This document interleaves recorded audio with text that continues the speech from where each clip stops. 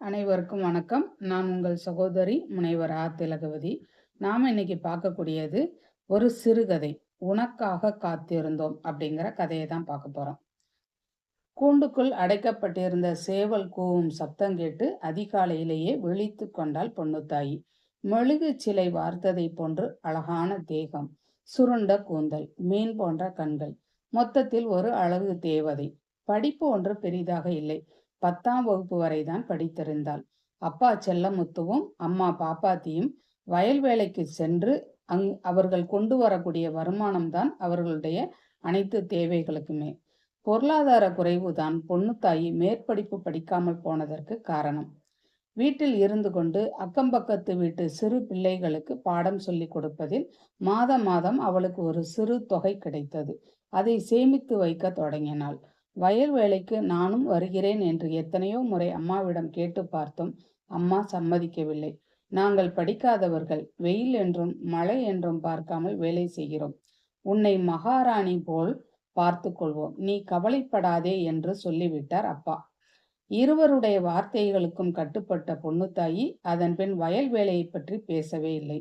மறுநாள் செல்லமுத்துவும் பாப்பாத்தியும் வேலைக்கு புறப்பட்டார்கள். செல்லும் வழியில் எதிரே பொன்னுத்தாயி படித்த அரசு பள்ளியின் தலைமை ஆசிரியர் மிதிவண்டியில் வந்து கொண்டிருப்பதை பார்த்தார்கள். இருவரும் அவருக்கு வணக்கம் சொல்ல தலைமை ஆசிரியர் மிதிவண்டியை நிறுத்திவிட்டு இறங்கி வந்தார். பக்கத்தில் வந்ததும், பொன்னுத்தாயினுடைய பெற்றோர்தானே நீங்கள்? அவள் நன்றாக படிக்கக்கூடிய பெண். அவளுடைய படிப்பு செலவை நானே பார்த்து கொள்கிறேன். அவளை பள்ளிக்கு அனுப்பி வையுங்கள் என்றார் தலைமை ஆசிரியர். இருவரும் சிறிது நேர யோசனைக்கு பின் பொன்னுத்தாயின் படிப்பை தொடர சம்மதித்தார்கள். நாளையே பள்ளிக்கூடத்துக்கு அனுப்பி வையுங்கள் என்று கூறிவிட்டு சென்றார் ஆசிரியர்.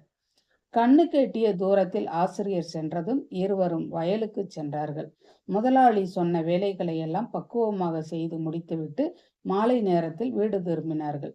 வரும் வழியில் அங்கிருந்த முதலாளியின் வீட்டிற்கு சென்று தங்களின் மகள் மேற்படிப்பு குறித்து சொல்லிவிட்டு 1000 ரூபாயை கடனாக பெற்றுக்கொண்டு துணிக்கடைக்கு சென்றார்கள். மகளுக்கென்று சில துணிமணிகளை வாங்கினார்கள். பக்கத்தில் இருந்த புத்தக கடையில் சில புத்தகங்கள், எழுதுபொருட்கள் என பார்த்து பார்த்து வாங்கி கொண்டு வீடு வந்து சேர்ந்தார்கள். கைகளில் பைகளோடு வந்த பெற்றோரை பார்த்த பொன்னுத்தாயி முக மலர்ச்சியோடு வாசல் வரை ஓடி வந்து பைகளை வாங்கி கொண்டாள். என்னப்பா வாங்கிட்டு வந்திருக்கீங்க? இதுக்கெல்லாம் பணம் ஏது?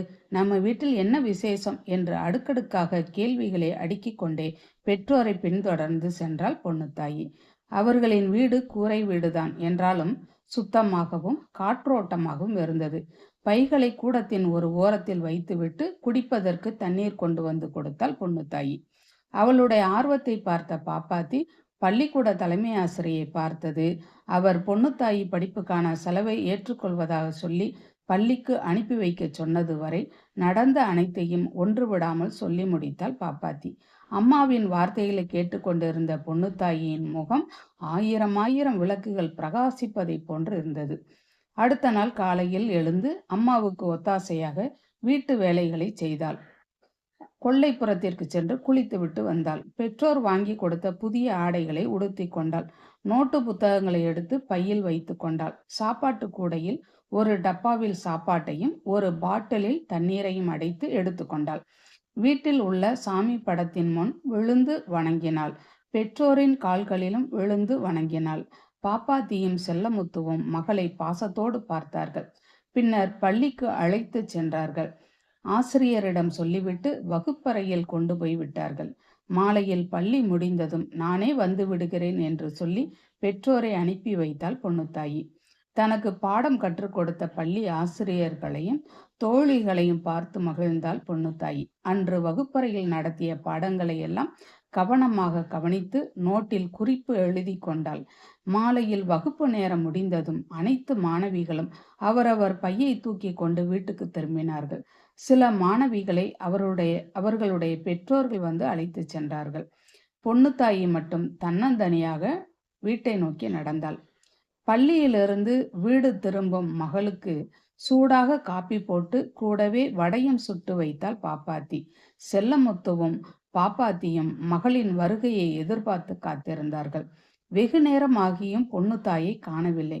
என்னாச்சோ ஏதாச்சோ என்று பதறிக்கொண்டு பள்ளிக்கூடம் போகும் வழியிலேயே ஓட்டமும் நடையுமாக அங்கும் இங்கும் தேடிக்கொண்டே சென்றார்கள். பேருந்து வரும் சத்தம் கேட்டு சாலையை விட்டு சற்று இறங்கி ஓரமாக நடந்தார்கள். சிறிது தூரத்தில் பொன்னுத்தாயி கொண்டு சென்ற புத்தகப்பை கிடந்தது. அதை பார்த்த பாப்பாத்தி ஐயோ ஐயோ என்று தலையில் அடித்து கொண்டு ஓடினாள்.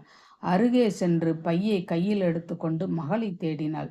சற்று தொலைவில் புதருக்கு இடையில் ஆடைகள் இன்றி அலங்கோலமாய் குற்றுயிரும் குலையுயிருமாய் கிடந்தாள் பொன்னுத்தாயி. மகளை பார்த்த பாப்பாத்திக்கு உயிரே நின்றுவிடும் போல் இருந்தது. கணவனை அழைத்தாள். ஓடி வந்து பார்த்த செல்லமுத்து நிலை குலைந்து போனான். சிறிது நேரத்தில் சுதாரித்து கொண்டான். தன்னுடைய வேட்டியை அவிழ்த்து மகளின் உடலில் போர்த்திவிட்டு அவளை தூக்கி தன் தோளில் போட்டு கொண்டு மருத்துவமனைக்கு ஓடினான். பாப்பாத்தியும் அவனை பின்தொடர்ந்தாள்.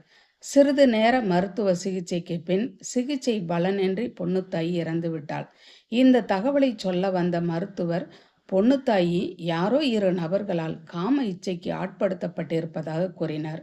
பள்ளிக்கூடம் போன பிள்ளை படிச்சு பெரிய ஆளா வருவான்னு காத்திருந்த பெற்றோருக்கு முன் பிணமாக கிடந்தாள் பொன்னுத்தாயி. பெண்மையை போற்றுவோம், பெண் குழந்தைகளை பாதுகாப்போம். மேலும் ஒரு நல்ல தகவலோடு உங்களை சந்திக்கிறேன். நன்றி, வணக்கம்.